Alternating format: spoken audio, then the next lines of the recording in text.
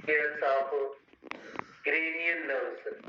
Cranial refers to cranium, जो brain box है, तो इनकी तादाद है 12 पेयर्स ऑफ क्रेनियल नर्व्स। और इसी तरह से स्पाइनल कार्ड में भी नर्व्स निकल गई जिनका हम अकाउंट एक पहली जैसे हम एक बना चुके हैं।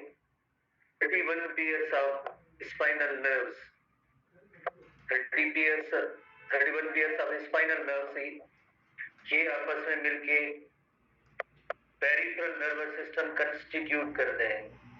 तो पीएनएस के अंदर सिंपली यहाँ पे जैसे नर्व्स हैं, नर्व्स कौन सी है, जैसे क्रेनियल नर्व और दूसरी है spinal nerve, they constitute peripheral nervous system. You know peripheral nerves का मतलब ये होता है कि जैसे एज, बाउंड्री या किनारा। तो आप सीएनएस के अंदर आपने देखा कि ब्रेन और स्पाइनल कार्ड सेंट्रल लोकेशन पे है, पेरिफेरल लोकेशन पे जो नर्व्स होती है एक ब्रेन से निकलने वाली नर्व्स जिन्हें क्रेनियल नर्व्स कहते हैं, और निकलने वाली नर्व्स होती है जिन्हें हम कहते हैं spinal nerves. They collectively constitute peripheral nervous system. ठीक है ना, उसे हम कहते हैं पेरिफेरल नर्वस सिस्टम। उसके बाद जैसे एक नर्वस सिस्टम होता है सोमेटिक नर्वस सिस्टम और दूसरा होता है autonomic nervous system. Somatic nervous system जो वॉलरी नेचर होता है, वॉलंटरी नेचर होता है। वॉलंटरी का मतलब है जो विल या विश के अकॉर्डिंगली जो स्केलेटल मसल्स को रेगुलेट करता है, स्केलेटल मसल्स को रेगुलेट करता है सोमेटिक। और दूसरा जो नर्वस सिस्टम है वो है autonomic nervous system. Autonomic nervous system या ईएनएस, ऑटोनॉमिक नर्वस सिस्टम या ईएनएस, ऑटोनॉमिक नर्वस सिस्टम या ईएनएस शॉर्ट फॉर्म में जैसे ईएनएस कहते हैं। शॉर्ट फॉर्म इस हवाले से जो आपने याद कर लिए CNS, PNS, ANS, autonomic nervous system जो इंटरनल ऑर्गन्स को रेगुलेट करता है, इंटरनल ऑर्गन्स को, और ये इनवॉलंटरी इन नेचर होता है। इनवॉलंटरी का मतलब होता है जो पर्सन की विल या विश के अकॉर्डिंगली ना हो फंक्शन, तो उन्हें हम कहते हैं इनवॉलंटरी नेचर देते हैं। इंटरनल ऑर्गन्स को रेगुलेट करता है। इसी तरह से आगे इसकी दो डिवीजन है, एक सिंपैथेटिक और दूसरी है parasympathetic nervous system. Parasympathetic nervous system जो हम रिलैक्स स्टेट में जब होते हैं, डोमिनेंट जो नर्वस सिस्टम है ये पैरासिम्पैथिक नर्वस सिस्टम होता है। पैरासिम्पैथिक नर्वस सिस्टम जो relax state of the body है उसके अंदर जैसे ये ऑपरेट कर रहा होता है, और जो सिंपैथेटिक नर्वस सिस्टम है इसका जैसे बिल्कुल अपोजिट सिंपैथेटिक नर्वस सिस्टम, जो सिंपैथेटिक नर्वस सिस्टम जो एक emergency state of the body होती है उसमें ये वर्क करता है। Emergency state of the body, fight और फ्लाइट सिचुएशन जो होती है उसके अंदर ये वर्क करता है। ऑटोनॉमिक नर्वस सिस्टम जैसे इंटरनल ऑर्गन और स्मूथ मसल्स भी है जिसको हम थोड़ा डिस्कस करते हैं फिलहाल। इसके muscles voluntary, internal organs involuntary, somatic nervous system, और वो है ऑटोनॉमिक नर्वस सिस्टम। तो इस हवाले से हम नोट करेंगे कि खास तौर पे जो सिंपैथेटिक नर्वस सिस्टम के अंदर कौन सी नर्व्स होती हैं जो रेगुलेट कर रही होती हैं, और पैरासिम्पैथेटिक नर्वस सिस्टम में कौन सी नर्व्स है, कौन से फंक्शंस होंगे, इनको हमें नोट करना है। आज का जो टॉपिक है हमारा पीएनएस के अंदर हम आएंगे, पीएनएस पेरिफेरल नर्वस सिस्टम। तो पीएनएस के अंदर सबसे पहले जैसे अभी हमने नोट किया है, जैसे सीएनएस होता है तो उसके अंदर ब्रेन और स्पाइनल कार्ड है।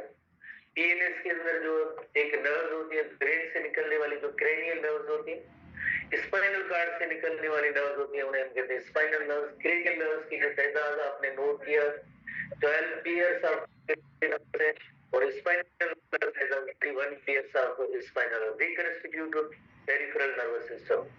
इसी तरह से ये पेरिफेरल नर्वस सिस्टम होता है। और फर्दर मोर जैसे एसटीबी बुक थोड़ा सा, STB book PNS consist of period cranial and spinal nerve. Period का मतलब होता है एक राइट साइड पे होगी और एक लेफ्ट साइड पे होगी। And associated ganglia, ganglia that is the cluster of cyton और सेल बॉडीज, गैंग्लिया के प्लस में cranial nerves originate from the brain and innervate the organs of head and upper body. You know very well, very simple है, head region से ये जितने भी ऐसे structures होती है उनको रेगुलेट करना ये इन क्रेनियल नर्व्स का काम होगा। थोड़ी देर के बाद हम एक इलस्ट्रेशन पे आते हैं, देखते हैं 12 पेयर्स ऑफ क्रेनियल नर्व्स होती हैं। तो spinal nerves originate in the spinal called and innervate inter body. बाकी रिमेनिंग जो बॉडी है उसको इनर्वेट करना या उसको मैसेजेस देना, वहां से मैसेजेस वापस आना, तो ये स्पाइनल नर्व्स के जरिए होंगे। तैदाद के हवाले से हमने पहले नोट किया 12 pairs of cranial nerves and 31 pairs of pairs range में रखेंगे, पियर्ड स्ट्रक्चर्स है स्पाइनल नर्व। जैसे ये क्रेनियल नर्व्स है ब्रेन से, जैसे आपने याद नहीं करना, कोई जरूरत नहीं है, जैसे ऑल्फैक्टरी नर्व मुख्तलिफ नेम है, हेड ब्रेन से ही ओरिजिनेट होती है। तो most of the cranial nerves contain both sensory and motor neuron. जैसे कल हमने पढ़ा था स्पाइनल डॉर्सल रूट होती है उसके अंदर सेंसरी न्यूरॉन और वेंट्रल रूट होती है उसके अंदर जो है मोटर न्यूरॉन होता है। तो इसी तरह से जो क्रेनियल नर्व्स के हवाले से एक इंपॉर्टेंट पॉइंट है कि most of the cranial nerves contain both sensory and motor neuron, पर चंद एक ऐसी भी नर्व्स हैं जिनके अंदर ओनली एंड ओनली जो है सेंसरी न्यूरॉन होता है। सेंसरी न्यूरॉन का मतलब है उन्हीं स्ट्रक्चर से इंफॉर्मेशन या मैसेज कलेक्ट करके कंट्रोल सेंटर को देना, बस इतना ही काम होगा, उसकी कोई मोटर डिवीजन नहीं होती है। तो ऐसी कौन सी लाइक नर्व है, एक ऑल्फैक्टरी और दूसरी ऑप्टिकल।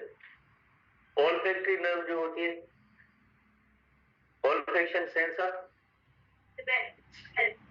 और इसी तरह से ऑप्टिक आई से, तो इनका काम होता है जस्ट इंफॉर्मेशन देना, बाकी और कोई काम नहीं है उन जगह तक। एक अकाउंट है बट हमें इतना इसमें काम नहीं है।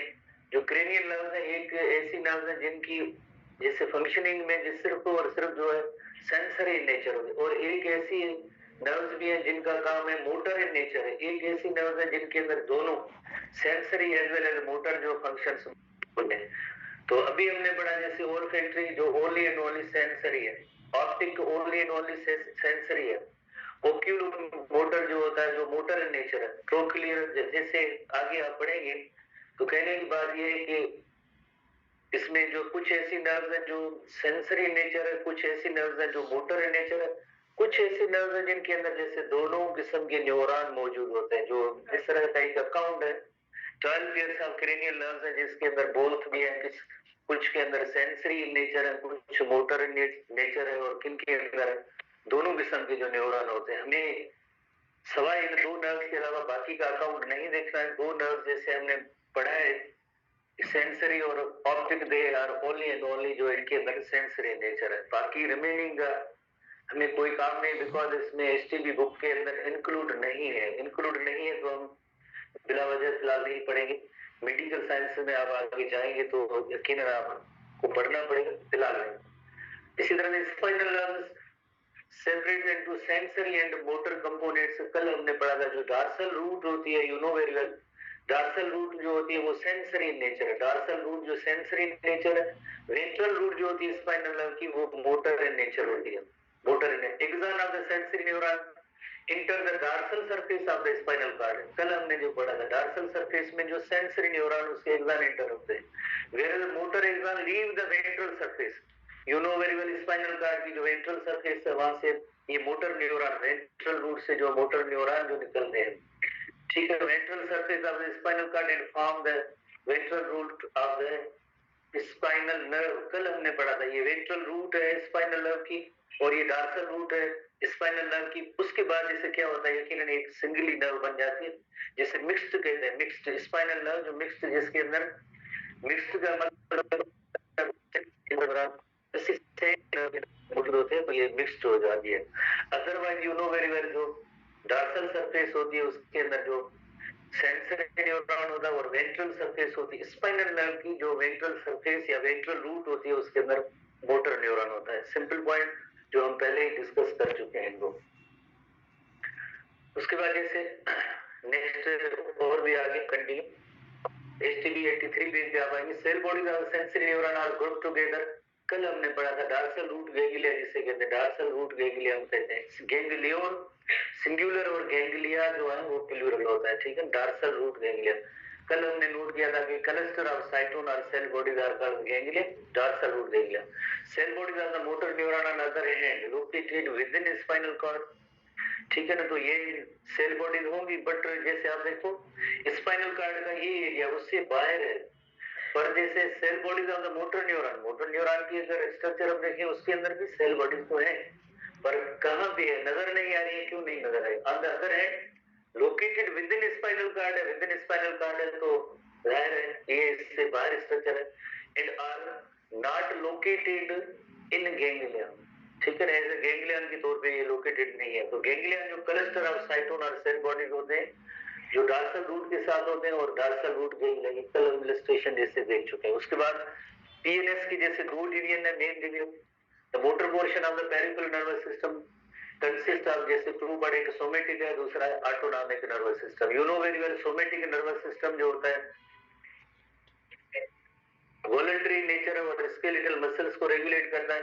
Autonomic nervous system involuntary nature होता है जो इंटरनल ऑर्गन और स्मूथ मसल्स को कार्डियक को भी जैसे रेगुलेट करता है। ये हम पहले जैसे स्ट्रक्चर इसे देख चुके हैं। और अब हम आते हैं ये नर्वस सिस्टम, सीएनएस तो हो चुका है, हमने पढ़ा है, उसके अंदर ब्रेन और स्पाइनल कार्ड है। पीएनएस या पेरिफेरल नर्वस सिस्टम, सीएनएस के अंदर तो दो ही कंपोनेंट थे, हमने पढ़ा, एक ब्रेन है और दूसरा स्पाइनल कार्ड है।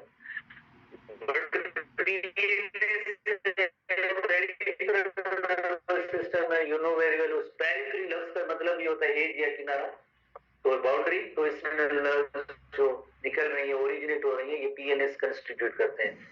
तो पीएनएस के अंदर फर्दर जैसे आपको पता है, एक ऑटोनॉमिक नर्वस सिस्टम या ईएनएस है जो इनवॉलंटरी नेचर है, और दूसरा सोमेटिक नर्वस सिस्टम है, तो ये वॉलंटरी नेचर स्पेशली जो है स्केलेटल मसल की रेगुलेशन करता है। इसी तरह से ऑटोनॉमिक नर्वस सिस्टम के अंदर फर्दर दो डिवीजन है, एक सिंपैथेटिक डिवीजन है, सिंपैथेटिक जो फाइट एंड फ्लाइट सिचुएशन के अंदर, पैरासिम्पैथेटिक कॉमिंग, जैसे लफ्ज है कॉमिंग एंड अराउजिंग। अराउजिंग की मीनिंग ये होती है कि इमरजेंसी स्टेट, और कॉमिंग की मीनिंग होती है रेस्ट की स्टेट होती है। उसके अंदर नॉर्मली अक्सर मोस्टली जो ह्यूमन की बॉडी होती है वो इस स्टेट में होती है, बिकॉज एक खास सिचुएशन होती है, उस सिचुएशन के अंदर बॉडी के अंदर स्पेसिफिक टाइप की जो चेंजेस होती है जिन्हें हम कलेक्टिवली कहते हैं फाइट और फ्लाइट सिचुएशन, उस जैसे फियर है, एंगर है, जॉय है, एक्साइटमेंट है, तो ऐसी सिचुएशन के अंदर जो है फाइट एंड फ्लाइट सिचुएशन, हम उसे कहते हैं arousing state of the body है। बाकी जैसे सोमेटिक नर्वस सिस्टम हमारे बुक के अंदर फर्दर तो नहीं है, उसके अंदर एक अपरेंट और सेंसरी मोटर नर्वस सिस्टम होता है जो इनपुट देता है, सेंसरी इनपुट देता है। इनपुट का मतलब जैसे आप पढ़ चुके हैं, जैसे नर्वस कोऑर्डिनेशन के हवाले से, मोटर या इफरेंट नर्वस सिस्टम जो होगा आउटपुट देता है, आउटपुट। आपको याद होगा एक हमने जैसे नर्वस कोऑर्डिनेशन के अंदर पढ़ा था, सेंसरी इनपुट, मोटर आउटपुट। तो इसी तरह से इन ऑर्गन्स की तरफ और यहाँ से जो मैसेजेस जाते हैं वो सोमेटिक नर्वस सिस्टम कंस्टिट्यूट करते हैं। तो सिंपली आज जैसे हमें पढ़ना है कि ये जो ऑटोनॉमिक नर्वस सिस्टम है इसकी दो डिवीजन है ऑटोनॉमिक नर्वस सिस्टम की, इनको हम सीखेंगे। सोमेटिक में भी चंद एक पॉइंट्स हैं। Somatic nervous system often considered as voluntary.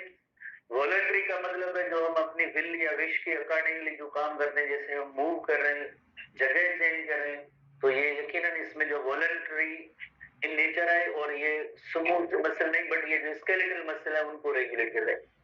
It's a neuron stimulate the skeletal muscle, very simple, of the body to contract in a response to conscious command. Conscious command का मतलब होता है जो voluntary nature, जो हम अपनी wish के accordingly जैसे किसी मसल को कमांड ऑर्डर दे रहे हैं, voluntary and part of reflexes that do not require conscious control। इसके बाद जैसे वो कल वाला ऐसा ही क्वेश्चन के रिफ्लेक्सेस के अंदर ब्रेन का किरदार है या नहीं है, ठीक है, रिफ्लेक्स मोनोसिनेप्टिक और पॉलीसिनेप्टिक ब्रेन का किरदार है या नहीं। वेरी सिंपल, हम पढ़ चुके हैं कई बार। रिफ्लेक्स एक्शन यानी एक ऐसा अमल है जिसमें पर वो एक्शन जो है जस्ट स्पाइनल कार्ड तक महदूद है, उसके आप कंपोनेंट को देखा, जैसे सेंसरी न्यूरॉन है, स्पाइनल कार्ड, मोटर न्यूरॉन, तो उसमें ब्रेन कहाँ इन्वॉल्व है, नहीं है इन्वॉल्व। तो इसी तरह से रिफ्लेक्सेस जो होते हैं, रिफ्लेक्सेस का एक एग्जांपल जैसे दोबारा से हम ले रहे हैं कि withdrawal of head from hot object, जैसे ये हॉट ऑब्जेक्ट है और इससे जैसे हम जो जैसे टच होता है हेड वगैरह, तो हम फौरन जैसे हाथ को जैसे यहाँ से ऊपर उठा लेते हैं या रिमूव कर लेते हैं। तो हेड के अंदर कौन सी मसल्स होंगी, यकीनन स्केलेटल मसल्स हैं, ठीक है, हेड या ये जो आर्म है, और दोबारा से जैसे हम इसको उठा रहे हैं इस जगह से हार्ड ऑब्जेक्ट से, तो उस वक्त कौन सी मसल है, अगेन वो स्केलेटल मसल है। तो उसी की बात हो रही है, जब रिफ्लेक्सेस होते हैं रिफ्लेक्स एक्शन होता है उस वक्त मसल तो यही स्केलेटल मसल है, पर they do not require conscious control. जाहिर है रिफ्लेक्सेस में हमारा कॉन्शियस कंट्रोल नहीं होता। जैसे सडनली कोई हॉट ऑब्जेक्ट को टच होता है तो हम अपनी चॉइस या विल की बगैर ही जैसे हाथ उठाते हैं तो उसमें जो रिमूव कर लेते हैं, तो इसका मतलब ये हुआ हालांकि है तो ये स्केलेटल मसल्स, स्केलेटल ही मसल है, पर जैसे ये जो एक्शन हुआ है इसमें जो पर्सन की विल या विश शामिल नहीं है। ऐसे ही क्वेश्चन था चेस्ट के हवाले से, क्वेश्चन था ब्रीदिंग के अंदर कौन सी मसल्स है जिनका रोल है ब्रीदिंग के अंदर। इंटरकोस्टल ये मसल है, इंटरकोस्टल मसल्स जो है स्केलेटल मसल है। सवाल ही इतना ही पूछा गया था कि कौन सी कैटेगरी है उसमें। हाँ, ब्रीदिंग जो अक्सर इनवॉलंटरी नेचर होती है और लिटिल बिट जो इस पे वॉलंटरी कंट्रोल होता है, ये इस तरह का सवाल आपसे नहीं पूछा गया था। जस्ट ये पूछा गया था कि ब्रीदिंग इंस्पायरेशन और एक्सपायरेशन मैकेनिज्म के दौरान कौन सी मसल्स होती हैं जो वर्क करती हैं। सवाल सिर्फ इतना ही था और उसमें जो है पता नहीं क्या लॉजिक गूगल स्कॉलर प्लान, ये सवाल एक मुख्तर था। इंस्पिरेशन और एक्सपायरेशन के दौरान कौन सी मसल्स हैं जो वर्क कर रही होती हैं उस वक्त इंटरकोस्टल स्केलेटल मसल्स है। बहरहाल स्टूडेंट्स की मर्जी, बिकॉज स्टूडेंट वो ज्यादा ही कॉन्शियस होते हैं, पता नहीं कि सवाल हमारा गलत हो जाए सही हो जाए। हमें तो पढ़ाना है, स्टूडेंट को मार्क्स लेनी होती है, तो इस वजह से लेफ्ट की तरफ जो देखते रहते हैं कोई इशू नहीं होगा इसमें। हिस्ट्री बुक में गवर्नमेंट ने दिया है उसमें जो जितनी पॉइंट्स मौजूद है ना हम उन्हीं को देखेंगे। फाइनली जब आप जो भी आपके जहन में जो कंफ्यूजन वगैरह जितनी भी हो वो हिस्ट्री बुक आपके दिलाएगा, तो मैं या कोई गूगल नहीं करेगा रिजल्ट। ठीक है सर। ऑटोनॉमिक नर्वस सिस्टम पे हम आते हैं। नेक्स्ट डिवीजन है autonomic nervous system. Convey signal that regulate the internal environment. Internal organs की वर्किंग है उसको ऑटोनॉमिक नर्वस सिस्टम या ईएनएस से रेगुलेट करता है। तो उसके अंदर ये जो है स्मूथ और कार्डियक मसल्स भी आ जाती हैं। ठीक है ना, जैसे प्रीवियस जो पेज पे जो हमने पढ़ा था जैसे रिफ्लेक्स एक्शन हुआ उसके अंदर तो स्केलेटल मसल है, विल विश हमारी तो नहीं थी, तो ये तो सब गलत हो गया। ठीक है ना, ऐसे ना सोचे। जो बुक के अंदर जैसे लिखा हुआ है कि एक्शन जो क्वेश्चन जो होंगे उसमें दोबारा मैं बता रहा हूँ उसी को जैसे आपने फोकस करना है। तो इसी तरह से smooth muscle and cardiac muscles और उसके अलावा जो ऑर्गन्स जो है इंटरनल ऑर्गन्स जो है, इंटरनल ऑर्गन जीआईटी के ऑर्गन्स हैं, कार्डियोवैस्कुलर एक्सक्रीटरी और एंडोक्राइन सिस्टम है उनका कंट्रोल, ये टोटली जैसे इनवॉलंटरी नेचर होता है that is regulated by autonomic nervous system ENS. ये सिस्टम ऐसे जैसे वर्क करते रहते हैं, हमें इवन एहसास तक नहीं होता है कि ये अंदर भी ऐसा कोई सिस्टम वर्क कर रहा है, because that is totally involuntary unconscious. Conscious control नहीं होता है जो हमारी विल या विश के अकॉर्डिंगली नहीं होता है। तो जीआईटी की कई मूवमेंट्स होती रहती हैं तो जाहिर है उस और जीआईटी है cardiovascular excretory system endocrine system जो हमारे विल या विश के अकॉर्डिंगली काम नहीं करते हैं तो उस वक्त यकीनन ये एएनएस होता है। इसकी दो डिवीजन है, यू नो वेरी वेल। एक दूसरी पैरासिम्पैथेटिक। सिम्पैथेटिक जो फाइट और flight state of the body, flight emergency state of the body, उसमें फाइट और फ्लाइट सिचुएशन। हर इंसान की जैसे कभी कभार जैसे इमोशन है, रेज है, फियर है, एंगर है, जॉय है, एक्साइटमेंट है, उस दौरान जो बॉडी के अंदर जो चेंजेस आती हैं इंटरनल ऑर्गन्स के हवाले से वो उनको रेगुलेट ये जो सिंपैथेटिक नर्वस सिस्टम करता है। पर्सन की विल या विश उसमें शामिल नहीं होती है।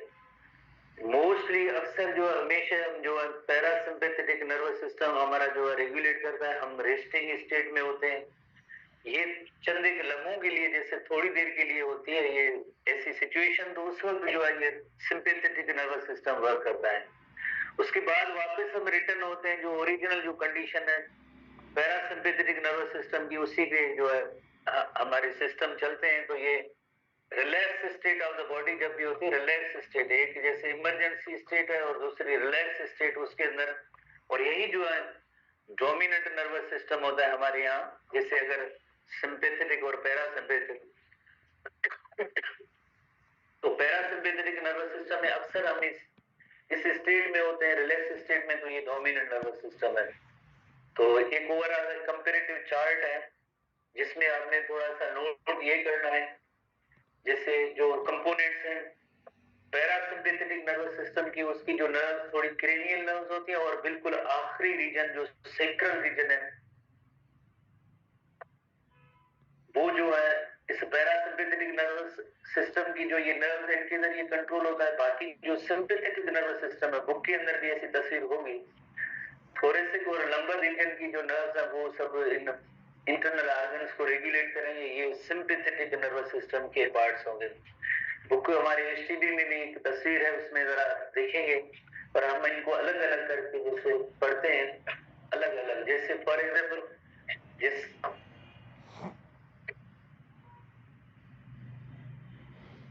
सबसे पहले सिंपैथेटिक नर्वस सिस्टम की तरफ आते हैं। Sympathetic nervous system acts on the organ in a way that prepares the body for stressful or highly energetic activity। जैसे इस वक्त हम जैसे रेस्ट में सडनली कोई अचानक ऐसे इवेंट या एक ऐसी अंदर इंटरनल स्टेट होती है जो इमरजेंसी स्टेट कहते हैं, जैसे लाइक फाइटिंग, एस्केपिंग और गिविंग स्पीच, तो ये फाइट और फ्लाइट एक्टिविटीज कहलाएंगी, फाइट और फ्लाइट सिचुएशन कहलाएंगी। और इसके अंदर जो नर्व्स हैं थोरेसिक और लंबर रीजन की जो नर्व्स हैं जिन्हें हम कहते हैं थोरेसिक और लंबर नर्व्स। थोरेसिक नर्व्स की शॉर्ट फॉर्म बताएं, कौन कौन सी थोरेसिक नर्व है? T1 to T7। देखो आप गलत बता रहे हैं। हाँ, आई नो कि आपके पास गलत इंफॉर्मेशन मौजूद है, ठीक है ना। तो lumbar nerves L1 to L5, L1 to L5, ठीक है। तो ये हम पहले ही पढ़ चुके हैं। तो इस रीजन की भी ये नर्व्स हैं, ये नर्व्स जो हैं ये रेगुलेट करते हैं किन किन ऑर्गन्स को रेगुलेट करते हैं, जैसे हम देखते हैं जैसे थोरेसिक और लंबर रीजन की, थोरेसिक और लंबर रीजन की नर्व्स, इसके अंदर जैसे फॉर एग्जाम्पल ये सारी सिचुएशन होती है इंटरनल ऑर्गन्स के हवाले से। जैसे फॉर एग्जाम्पल आई बाल बड़े हो जाते हैं, डायलेट द पीपल, डायलेट का मतलब है बड़े होना। जैसे एक स्टेट होती है जैसे फियर, एंगर, एक्साइटमेंट, जॉय, तो आई बाल जो बड़े हो जाते हैं। सिलाइवरी ग्लैंड की सिक्रीशन इनहिबिट हो जाती है, जैसे कभी कभार ऐसे गुस्से की अलामत या जॉय या एक्साइटमेंट होती है तो उस वक्त लफ्ज नहीं निकलते हैं, बोलने में दुश्वारी होती है, बिकॉज सलाइवा का काम होता है स्मूथ जैसे वर्ड्स जैसे निकल रहे हैं, ये सलाइवा की प्रोडक्शन की वजह से। अगर सलाइवा नहीं होगी तो नहीं होगी, और लविस्टाइन इन सब की फंक्शन जो इनहिबिट हो जाते हैं, यही बड़ा नुकसान होता है, इन सब की फंक्शन इनहिबिट हो जाते हैं। इवन यूरिनरी ब्लैडर यूरिनेशन भी जैसे हो जाती है विदाउट पर्सन्स विल और विश। ये सब जो है एक इमरजेंसी स्टेट या जैसे हम कहीं फाइट और फ्लाइट सिचुएशन उसके दौरान होता है, और इनको जो नर्व जो रेगुलेट करती है वो थोरेसिक और लंबर रीजन की जो नर्व होती है, थोरेसिक और लंबर रीजन की। उसके बाद जैसे नेक्स्ट आएंगे आखिरी पॉइंट के पैरासिम्पैथेटिक। हर वक्त तो इंसान ऐसी सिचुएशन में तो नहीं होगा, हर वक्त जैसे इंटरनल अगर अपने फंक्शन इनहिबिट करेंगे तो नुकसान होगा। इसी वजह से ज्यादा अरसे तक जो इंसान जो एक फियर, एंगर या वो सब डोमिनेट्स यानी कि पास हो गई, अब हार्ट बीट वापस नॉर्मल। स्लो का मतलब ये नहीं है कि जो हार्ट बीट पहले जो नॉर्मल उससे भी कम नहीं, जो बढ़ गई थी वो वापस जो है नॉर्मल पे हो जाएगी। Air passage way in the lungs constrict, पहले डायलेट हुए थे, ब्रीदिंग फास्ट हुए थे, अब जो है वापस नॉर्मल स्टेट पे आ जाएंगे। पहले जो डायलेट थे अब constrict. It consist of cranial nerve, जैसे खास तौर पे 10th क्रेनियल नर्व होती है, बड़ी वेगन नर्व जिसे कहते हैं, from the brain and sacral nerve जो आखिरी रीजन है, जैसे कल हमने पढ़ा सेक्रल नर्व की तादाद कितनी है, सेक्रल नर्व की तादाद शॉर्ट फॉर्म बताएं।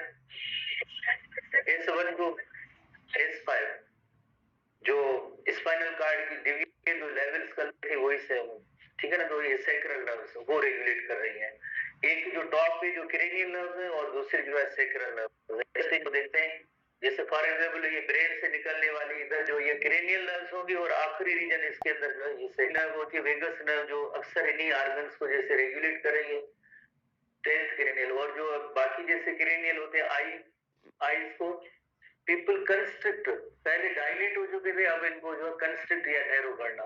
सिलाइवरी ग्लैंड की सीक्रेशन दोबारा जो है सिलाइवा प्रोडक्शन का अमल स्टार्ट हो जाता है। हार्ट बीट जैसे पहले फास्ट थी, अब जो वापस स्लो, स्लो का मतलब है नॉर्मल, ठीक है, जो तेज हो गई थी वो नॉर्मल हो गई, ऐसे नहीं कि नॉर्मल सिम्टम नहीं, नॉर्मल। लंग्स जो है पहले जो डायलेट थे अब वापस डायलेट से वापस नॉर्मल यानी कम होंगे। स्टमक, लिवर, इंटेस्टाइन ये पहले इनकी फंक्शन इनहिबिट हो गए थे, अब ये सारे फंक्शन करना शुरू कर देते हैं और यूरिनरी ब्लैडर की एक्टिविटी भी हमारे वेल विश के अकॉर्डिंगली होगी और उसके अंदर जो है यूरिनेशन भी पास हो सकती है विदाउट पर्सन विल या विश। ये जो सारे इवेंट्स हैं ये कलेक्टिवली हम कहेंगे ये पैरासिम्पेथेटिक नर्वस सिस्टम की डिवीजन। तो इसके अंदर मेन क्वेश्चन एक है कौन सी रीजन की नर्व या कौन सी नर्व, ये याद करना है। और इमरजेंसी स्टेट के अंदर जैसे कौन से ऑर्गन कौन सा काम कर रहे हैं, जैसे आइदर इनहिबिट है या वो नॉर्मल काम कर रहे हैं, या जिस तरह से आप देखें आई बाल वगैरह ये चंद एक पॉइंट्स होंगे बुक के अंदर, हमारे हिस्ट्री बुक के अंदर आएगा।